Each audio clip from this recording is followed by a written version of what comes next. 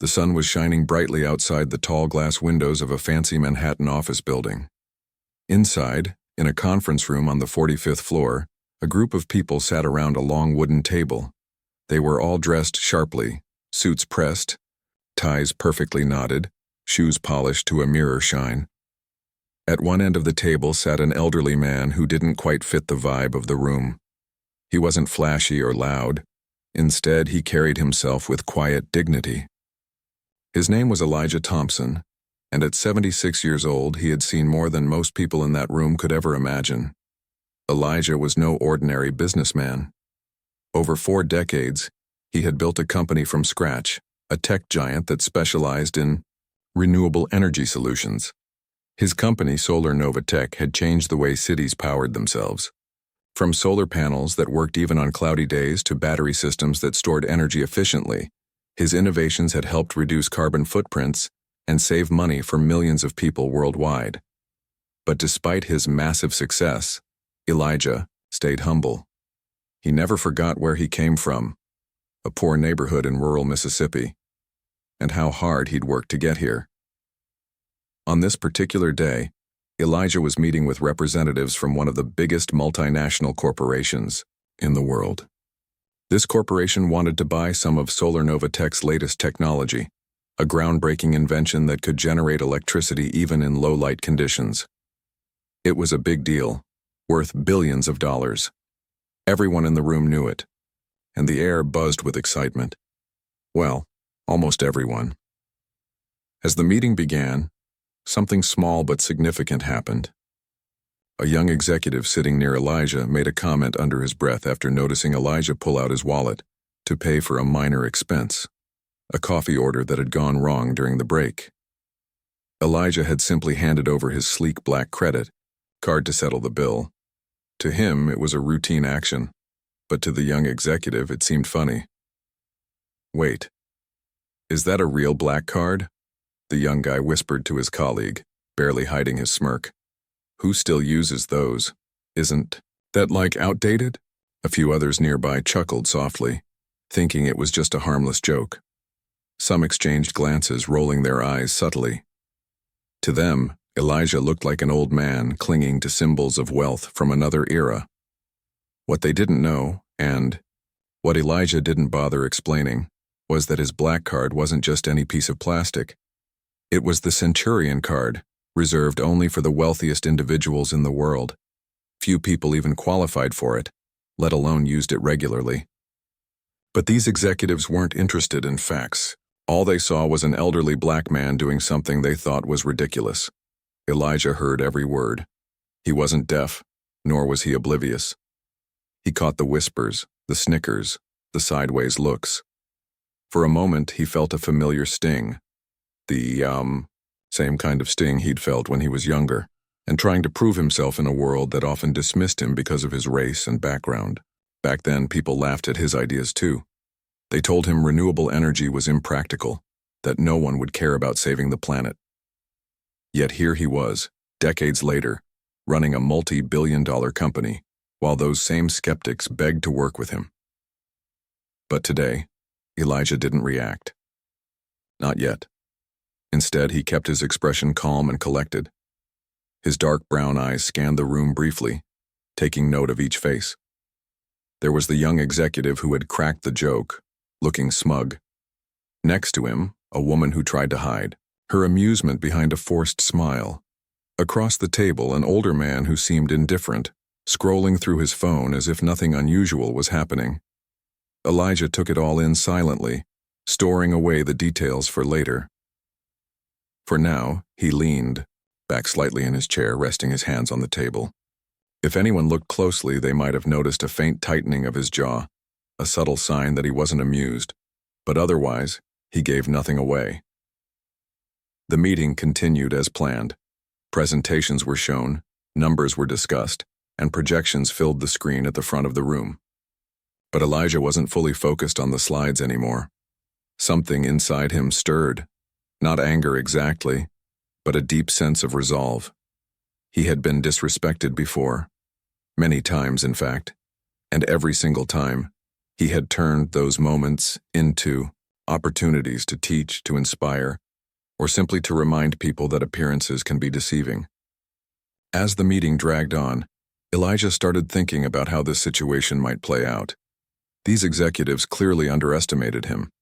They thought they were dealing with someone who would tolerate their mockery without saying a word. Little did they know, Elijah wasn't just a successful CEO. He was also a master strategist, someone who understood the power of timing and leverage better than anyone else in the room. So, he waited, patiently, silently, letting them dig their own hole deeper and deeper, because Elijah knew something they didn't. This meeting wasn't just about business, it was about respect. And by the time the session ended, Elijah would make sure they understood exactly what they had lost. Not just a deal, but the chance to work with someone truly extraordinary. The tension in the room grew thicker, though no one except Elijah seemed to notice. The stage was set. Now it was only a matter of time before the lesson began. To truly understand Elijah Thompson, you'd have to rewind the clock by more than 7 decades. Picture a small, dusty town in rural Mississippi during the late 1940s. Life there was hard, really hard. Most families struggled just to put food on the table. For Elijah, life wasn't any different. He grew up in a tiny wooden house with his parents and 3 siblings. His father worked long hours at a local factory, coming home exhausted every evening. His mother stitched clothes for neighbors to earn a little extra money. They were poor, but they were proud. And they taught Elijah one thing above all else. If you want something in life, you'll have to work for it. From an early age, Elijah showed signs of being special. While other kids played outside after school, he loved tinkering with broken radios and old gadgets he found lying around. He didn't know much about electronics back then, but he had a natural curiosity. He'd take things apart piece by piece, study how they worked, and try to put them back together again. Sometimes he failed, but more often than not, he succeeded. That spark of innovation stayed with him throughout his childhood. When Elijah turned 16, he got his first real job, working at a gas station on the outskirts of town. It wasn't glamorous, but it paid enough for him to save up for college. Every penny counted, so Elijah lived frugally. He walked everywhere instead of taking buses, skipped meals when money was tight, and studied late into the night by candlelight because electricity bills were too expensive. Despite these challenges, Elijah graduated high school at the top of his class. People in his town started noticing him, not just as the quiet kid who fixed radios, but as someone destined for bigger things. Elijah's dream was clear. He wanted to become an engineer. But getting into college wasn't easy. Back then, opportunities for someone like him, a black teenager from a poor family, were rare. Universities weren't exactly lining up to offer scholarships. So Elijah did what he always did. He worked harder. He applied to several schools, wrote heartfelt essays about his dreams, and even traveled hours by bus to attend interviews. Finally, after months of waiting, he received an acceptance letter from a university in Alabama. It wasn't Ivy League, but it was a chance to change his life forever. College was tough both academically and emotionally. Elijah faced discrimination almost daily. Some professors doubted his abilities, telling him he wouldn't last a semester. Classmates mocked him for his accent and questioned why someone like him was even there. But Elijah refused to let their words break him. Instead, he poured all his energy into studying. Late nights in the library became his routine. Sleepless. Weekends spent solving complex equations became normal. Slowly but surely, Elijah proved everyone wrong. By the time he graduated, he wasn't just another student. He was one of the best engineers in his class. After graduation, Elijah moved to New York City with nothing but a suitcase and a head full of ideas. He took whatever jobs he could find, working odd hours to make ends meet. During this time, he noticed something that bothered him deeply. The city wasted so much energy. Street lights burned all night, buildings left lights on even when empty, and power plants polluted the air relentlessly. It seemed wasteful, inefficient, and harmful to the environment. Elijah couldn't shake the feeling that there had to be a better way. That's when the idea hit him. What if he could create technology that made renewable energy cheaper, more reliable and accessible to everyone? Solar panels existed back then, but they were expensive and inefficient. Most people dismissed them as impractical, but Elijah saw potential. He believed that with enough determination, he could revolutionize the industry. So in 1980, with barely any savings and no investors willing to back him, Elijah started his own company. He called it Solar Nova Tech. The early days were brutal. He worked out of a tiny garage, building prototypes with scraps he found at junkyards. He knocked on doors, pitching his vision to anyone who would listen. Rejection followed. Rejection. Banks refused to give him loans. Potential partners laughed, in his face. Even friends told him he was wasting his time. But Elijah kept going. He knew deep down that failure wasn't an option. Then, one day, everything changed. After years of trial and error, Elijah developed a solar panel design that was smaller, lighter, and far more efficient than anything else on the market. It was a breakthrough, a game changer. Slowly but surely, word spread. Small businesses started using his panels to cut down on electricity costs. Local governments began installing them in public spaces. Before long, Solar Nova Tech went from a one-man operation in a garage to a thriving company with employees, offices, and clients across the country. As the years passed, Elijah's company grew exponentially. By the early 2000s, Solar Nova Tech wasn't just a national player, it was a global force. Its innovations powered entire cities, reduced carbon emissions, and brought clean energy to remote villages in developing countries. Elijah became known not just as a successful entrepreneur, but as a visionary leader who cared deeply about making the world a better place. Despite his wealth and fame, Elijah never lost sight of his roots. He remained humble, wearing simple suits and driving an old car long after he could afford luxury. He donated millions to charities supporting education and clean water initiatives in underserved communities. He mentored young inventors, encouraging them to pursue their dreams no matter how impossible they seemed. To Elijah, success wasn't about personal glory, it was about leaving a legacy that mattered. Now, sitting in that conference room in Manhattan, Elijah carried all those memories with him. The struggles, the sacrifices, the victories, they shaped who he was. And while the executives across the table might have seen him as just an elderly man holding a black card, Elijah knew better. He knew that behind that card lay decades of grit, resilience, and unwavering belief in himself. As the meeting continued, Elijah listened carefully, nodding occasionally, but saying little. Inside, however, his mind raced. These people had laughed at him earlier, dismissing him without knowing anything about him. They thought they were dealing with someone ordinary, someone they could push around. What they didn't realize was that Elijah wasn't just playing chess, he was already 10 steps ahead. And soon, very soon, they'd find out exactly what they were up against. The meeting was back in full swing, and the executives were eager to make their pitch. They had prepared slides filled with charts, graphs, and numbers that looked impressive at first glance. To them, this deal wasn't just about acquiring technology. It was about securing a future where they could dominate the renewable energy market. But as they spoke, Elijah sat quietly, his expression unreadable. He listened intently, absorbing every word, but something about their tone didn't sit right with him. One of the executives stood up and began explaining why their corporation was the perfect partner for Solar Nova Tech. "Our global reach," he said confidently, pointing to a map on the screen, "combined with your cutting-edge technology will create an unstoppable force in the industry." He paused dramatically, waiting for applause or approval, but Elijah simply nodded once, his face blank. Another executive chimed in, talking about how their company could scale production faster than anyone else. "We have the resources, the connections, and the expertise to take your product to the next level," she declared, her voice brimming with pride. But then came the part that made Elijah's ears perk up.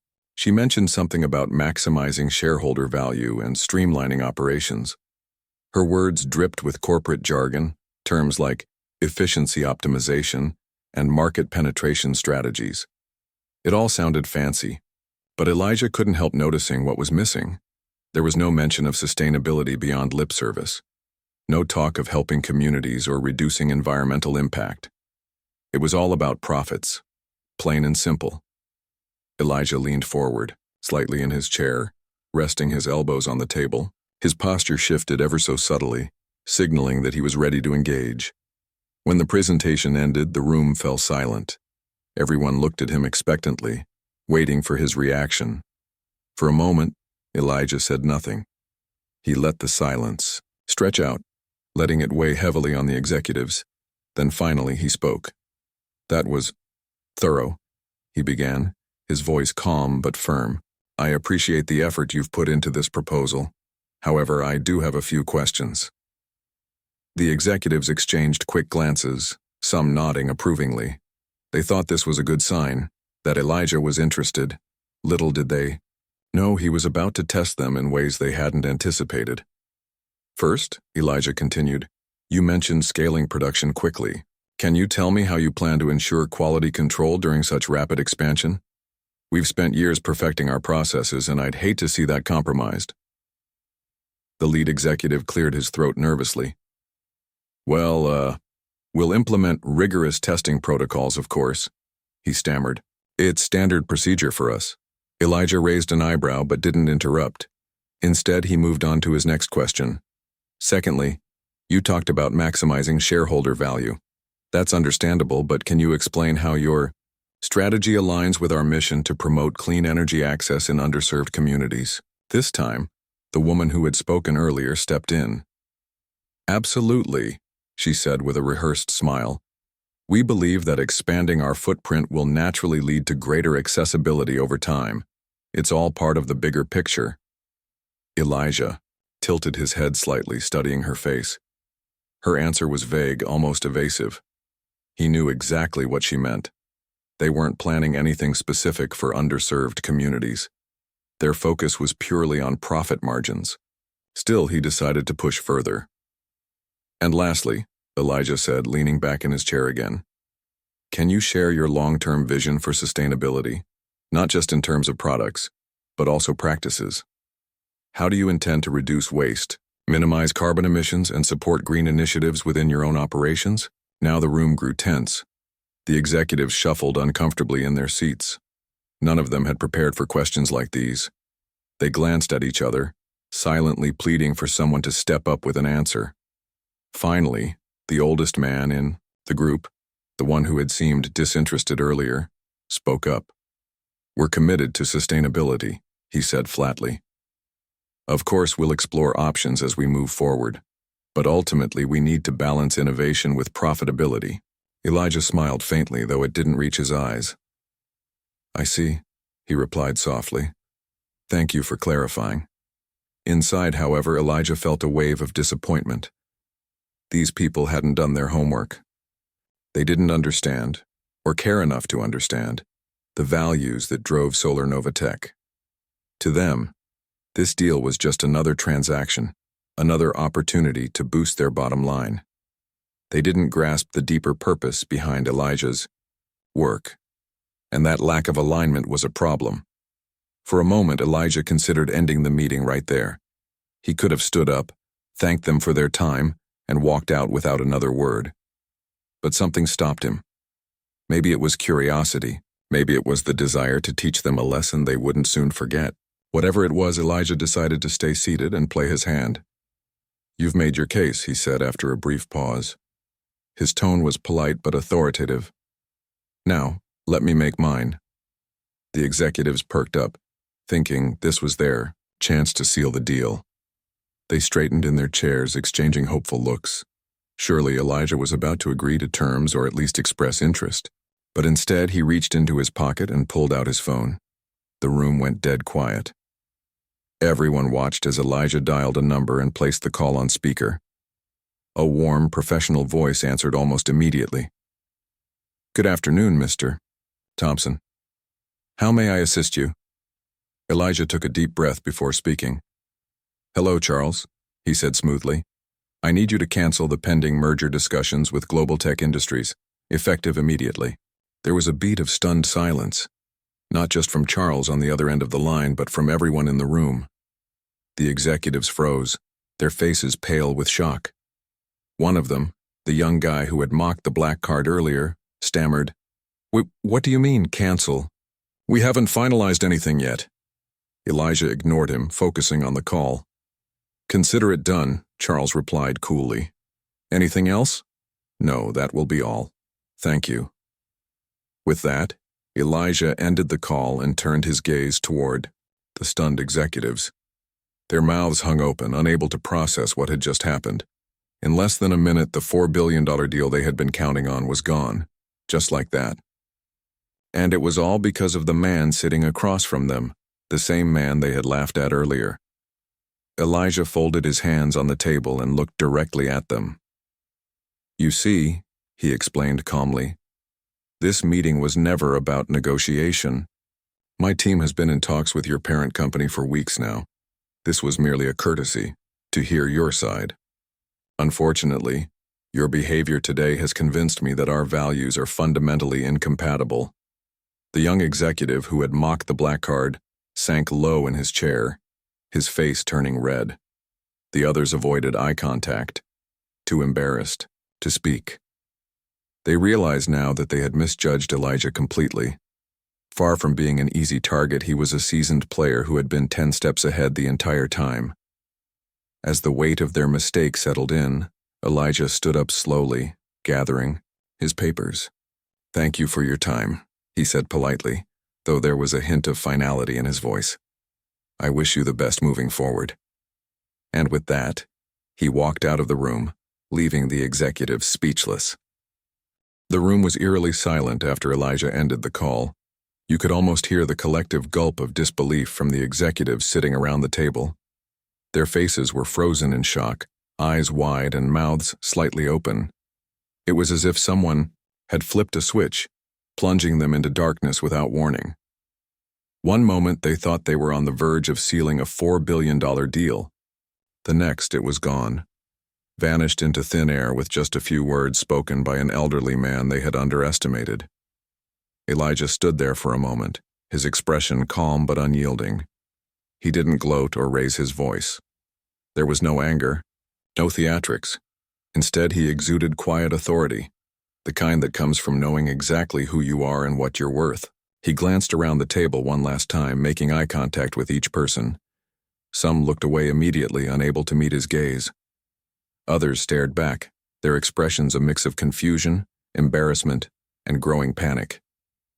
"You've made your case," Elijah repeated, his tone steady and measured.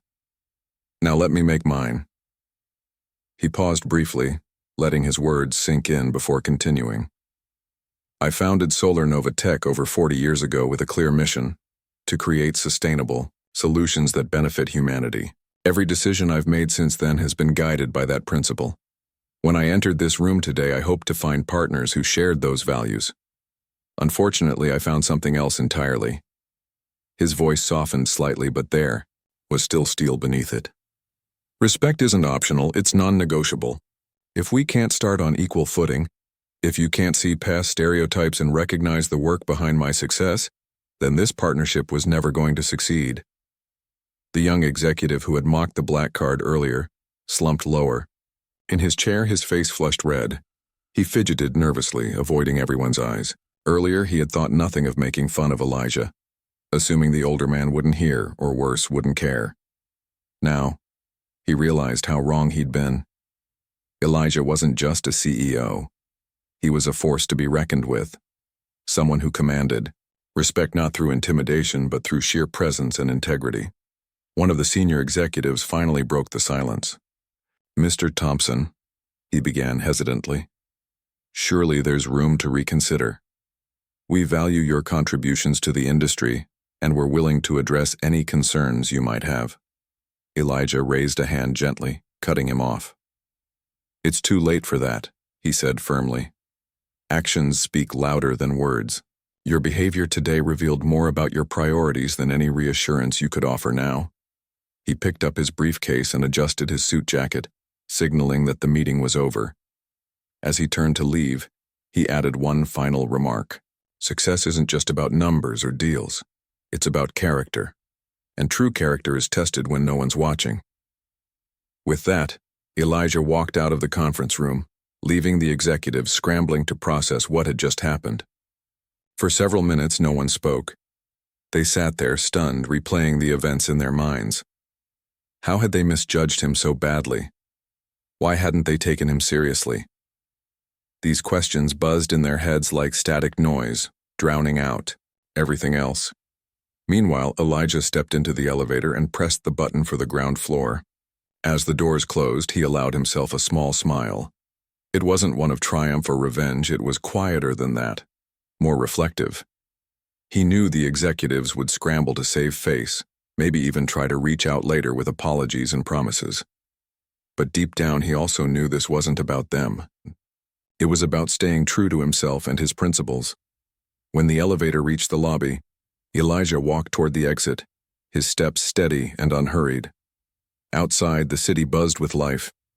Cars honked, people hurried along sidewalks, and skyscrapers loomed overhead. It was a world built on ambition, competition, and constant motion. Yet amidst all the chaos, Elijah felt grounded. He had faced moments like this before, times when others doubted him or tried to belittle him, and each time he had emerged stronger. As he climbed into his car, Elijah pulled out his phone and dialed a number. On the other end, a familiar voice answered. "Hello, Charles," he said warmly. "Just wanted to thank you for handling that so smoothly. You always come through." Charles chuckled lightly. "Anytime, Mr. Thompson, though I must say that was quite the move. What happens next?" Elijah leaned back in his seat, thinking carefully. "We'll redirect our focus," he replied. "There are plenty of organizations out there that align with our values. Let's explore partnerships where mutual respect is already part of the foundation." "Understood," Charles said. "Anything specific you'd like me to prioritize?" "For now, let's look at initiatives focused on underserved communities," Elijah answered. "If we're going to expand, I want it to mean something, not just profits, but real change." After ending the call, Elijah sat quietly for a moment, watching the city through his windshield. Despite the weight of what had just transpired, he felt at peace. He had done the right thing, not just for himself, but for the legacy he wanted to leave behind. Money and deals came and went, but values lasted forever. Back in the conference room, the mood was far less serene. The executives huddled together, whispering frantically. The young executive who had laughed at the black card was visibly shaken, his confidence shattered. "What do we do now?" he asked, his voice trembling. The senior executive sighed heavily. "We fix this," he replied grimly. "Somehow. But fixing it wouldn't be easy." Word of the canceled deal spread quickly, thanks to leaks and insider gossip. By the end of the day, headlines blared across financial news outlets. $4 billion deal collapses after disrespecting elderly CEO. Analysts dissected every detail, speculating about what went wrong. Social media lit up with debates, memes, and commentary. Some praised Elijah for standing his ground, while others criticized the executives for their arrogance. Global Tech Industries, the corporation represented in the meeting, scrambled to issue public apologies and repair its damaged reputation. They sent emails, made calls, and even dispatched a team to personally meet with Elijah, but he remained firm. Apologies meant little if they weren't backed by genuine change. In the days that followed, Elijah redirected his attention to nurturing relationships with companies that truly aligned with his vision. He expanded collaborations with nonprofits, working to bring renewable energy to remote areas. He invested in mentorship programs for young innovators from marginalized backgrounds. And most importantly, he reminded himself and everyone around him that respect wasn't something you demanded. It was something you earned. For Elijah, this incident wasn't just a lesson for the executives who had underestimated him. It was a reminder of why he had started Solar Novatech in the first place, to make a difference. And as long as he stayed true to that purpose, no amount of disrespect or mockery could shake him. The fallout from the canceled $4 billion deal hit global tech industries like a storm. News outlets couldn't get enough of the story. Headlines screamed things like CEO walks out after insulting elderly businessman, and respect matters, how one joke cost a fortune. Social media was ablaze with opinions, memes, and debates. Some people praised Elijah for standing his ground, while others criticized the executives for their arrogance. But no matter where you looked, everyone seemed to agree on one thing. This wasn't just about money, it was about values. For the executives involved, the days following the meeting were brutal. They worked tirelessly to contain the damage, issuing public apologies and trying to spin the narrative in their favor. Their PR team released statements claiming it was all a misunderstanding and that they held the utmost respect for Elijah Thompson and his company. Internally, however, tensions ran high. The young executive who had mocked the black card became the scapegoat, shouldering most of the blame from his colleagues. He barely slept, replaying the moment over and over in his mind. What had started as a harmless joke had spiraled into a career-defining disaster. Despite their efforts, the apology tour didn't go as planned. People weren't buying it. Commentators pointed out that if the executives truly respected Elijah, they wouldn't have laughed at him in the first place. Memes mocking their behavior flooded the internet. One showed a cartoon version of Elijah walking away from an exploding conference room, captioned, "When you underestimate the wrong person." Amidst the chaos, Elijah stayed calm.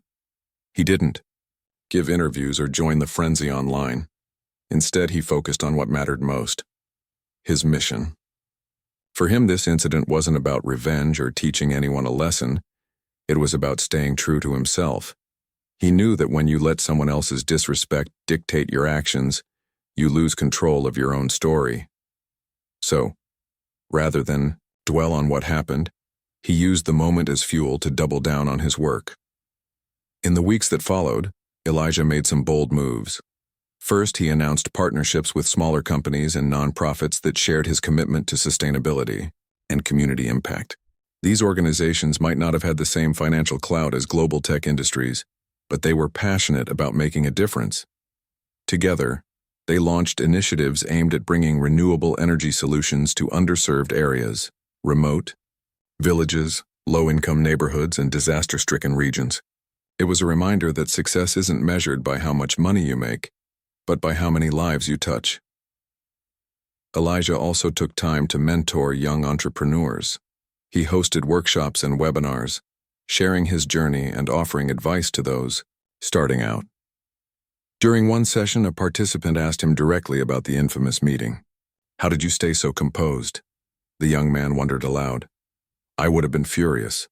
Elijah smiled thoughtfully before answering. "Anger clouds judgment," he said simply. "When people disrespect you, it's easy to react emotionally, but I've learned that the best response is action.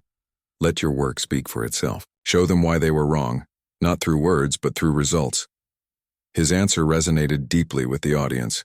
Many walked away inspired, vowing to carry forward Elijah's message of resilience and integrity. One attendee later posted online saying, "Mr. Thompson taught me that dignity isn't something you argue for, it's something you live." Meanwhile, the ripple effects of Elijah's decision reached far beyond the business world. Educators began using the incident as a case study in classrooms, discussing themes of respect, leadership, and ethics. Parents shared the story with their kids, emphasizing the importance of treating others fairly regardless of age, race, or background. Even late-night talk show hosts joked about it, turning Elijah into an unlikely cultural icon.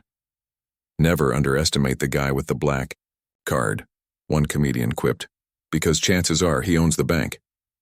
But Elijah wasn't interested in fame or recognition. To him, the real victory lay in the conversations sparked by the incident. People were talking about issues that mattered: respect, representation, and accountability. And while he couldn't change the world overnight, he believed that every small step counted. One evening, as Elijah sat in his office reflecting on everything that had happened, his phone rang. On the other end was a prominent civil rights activist who had been following the story closely. "You've done something remarkable," the activist said warmly. "Not just by canceling the deal, but by showing people that dignity isn't negotiable. Elijah chuckled softly. It wasn't about teaching them a lesson, he replied.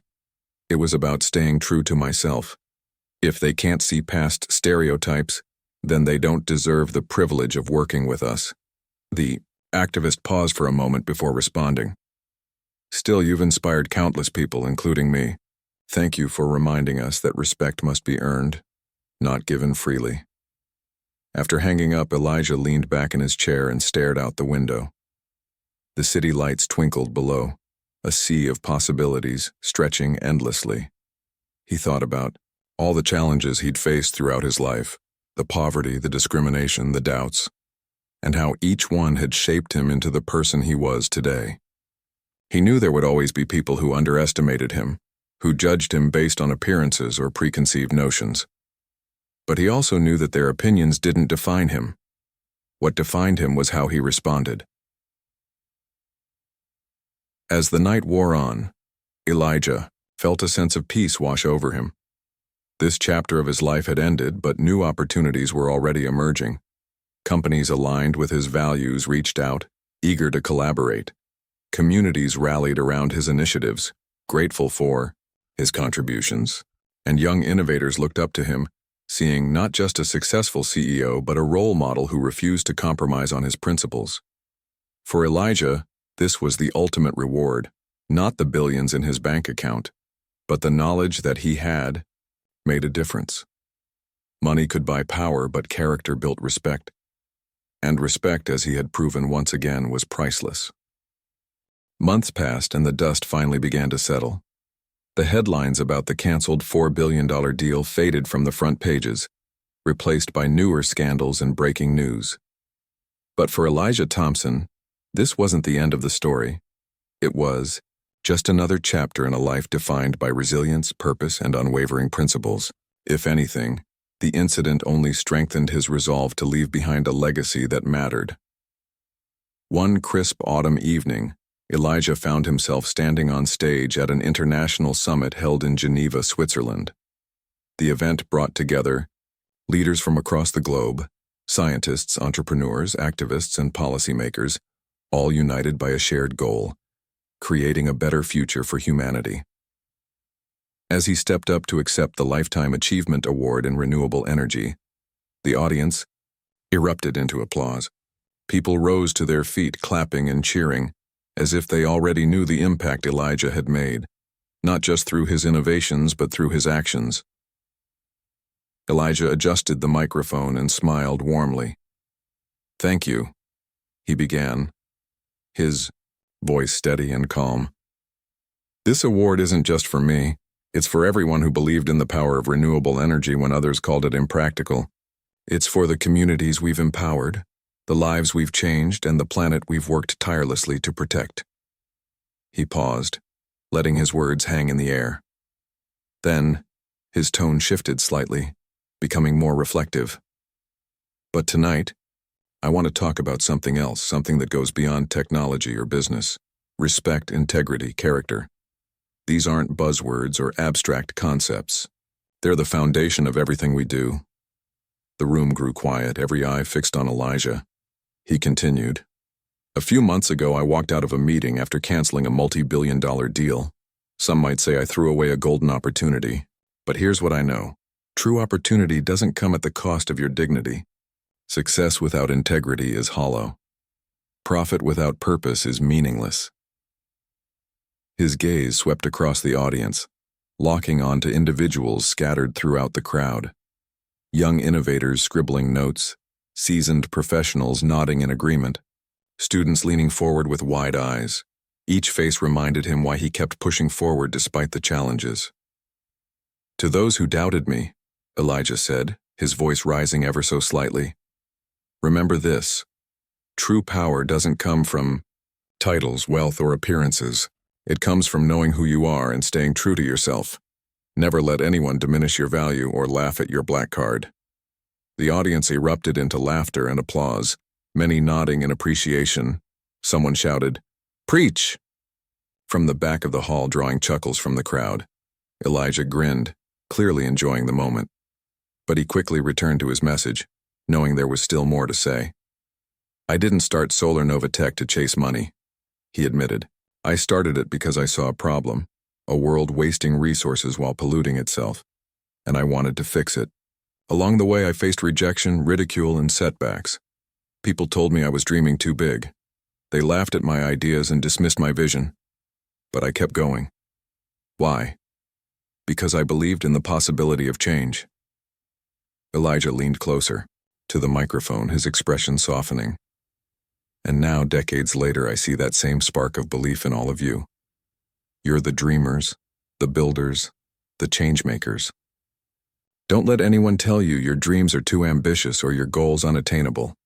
Keep pushing forward, even when the odds seem impossible. As he wrapped up his speech, Elijah took a deep breath. Finally, I'll leave you with this. We live in a world hungry for leadership, not the kind that shouts the loudest, but the kind that listens the hardest. Leadership rooted in empathy, guided by ethics, and driven by purpose. So go out there and lead, not for yourselves, but for the generations that will follow.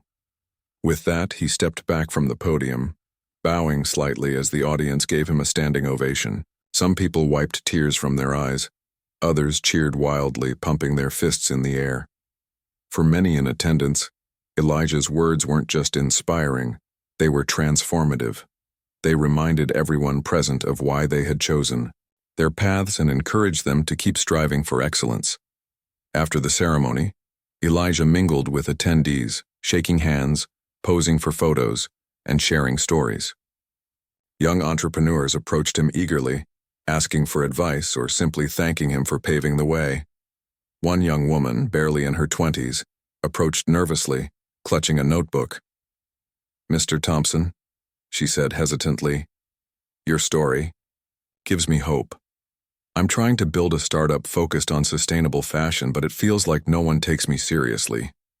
Elijah placed a hand on her shoulder, offering a reassuring smile. "Let me tell you something," he replied gently. "When I started Solar Nova Tech, almost no one believed in me either. But I learned early on that success isn't about proving people wrong. It's about proving yourself right. Stay focused, stay humble, and trust the process. And remember, every no brings you closer to the right yes." She nodded, visibly moved, and thanked him before walking away with renewed determination. Moments like these fueled Elijah's passion for mentorship. He knew firsthand how isolating entrepreneurship could feel, especially for underrepresented voices. By sharing his journey, he hoped to light the path for others. Back home in New York, Elijah resumed his work with renewed energy. His team at Solar Nova Tech celebrated several milestones during this period: a new partnership with a global nonprofit, the launch of an affordable solar kit designed specifically for rural areas, and groundbreaking research that promised to revolutionize battery storage. Each achievement reinforced Elijah's belief that collaboration and innovation could solve some of the world's toughest problems. But perhaps the most meaningful development came when global tech industries reached out once again. This time their tone was different, humble, sincere, and deeply apologetic. In a letter addressed directly to Elijah, the CEO acknowledged the company's mistakes and expressed genuine admiration for his leadership. "We underestimated you," the letter read, "and for that we are truly sorry. Your actions reminded us of the importance of respect and integrity, values we strive to embody moving forward." Elijah appreciated the gesture but remained cautious. Forgiveness, he believed, required more than words. It demanded action. So he invited representatives from Global Tech to meet with him, not to discuss business, but to explore ways they could contribute meaningfully to underserved communities. To their credit, they accepted the invitation and followed through, committing resources to projects Elijah championed. Years later, Elijah's influence continued to ripple outward. His name became synonymous with resilience and purpose, inspiring countless individuals to pursue their dreams with courage and conviction. Schools named scholarships after him, cities erected statues in his honor, and documentaries chronicled his extraordinary journey. Yet none of these accolades mattered to Elijah as much as the knowledge that he had made a difference. On his 80th birthday, surrounded by family, friends, and colleagues, Elijah reflected on his life. He thought about the struggles, the triumphs, and the lessons learned along the way. Most importantly, he thought about the people whose lives he had touched, the young entrepreneur building sustainable fashion brands, the remote village powered by solar energy, the student inspired to study engineering. Legacy isn't about what you leave behind, he often said. It's about what you give forward. And Elijah Thompson had given forward abundantly. Through his grit, grace, and unwavering commitment to doing what was right, he had shown the world that true power lies not in wealth or status, but in character. His story served as a timeless reminder that respect must be earned, values must be upheld, and dignity is non-negotiable. As fireworks lit up the night sky in celebration of his milestone birthday, Elijah stood quietly on his balcony, gazing at the city below. Somewhere out there, someone was working late in a lab, sketching designs for a brighter tomorrow. Someone else was teaching children the importance of sustainability. And yet another person was laughing at doubters, just as Elijah once had. For Elijah, that was enough.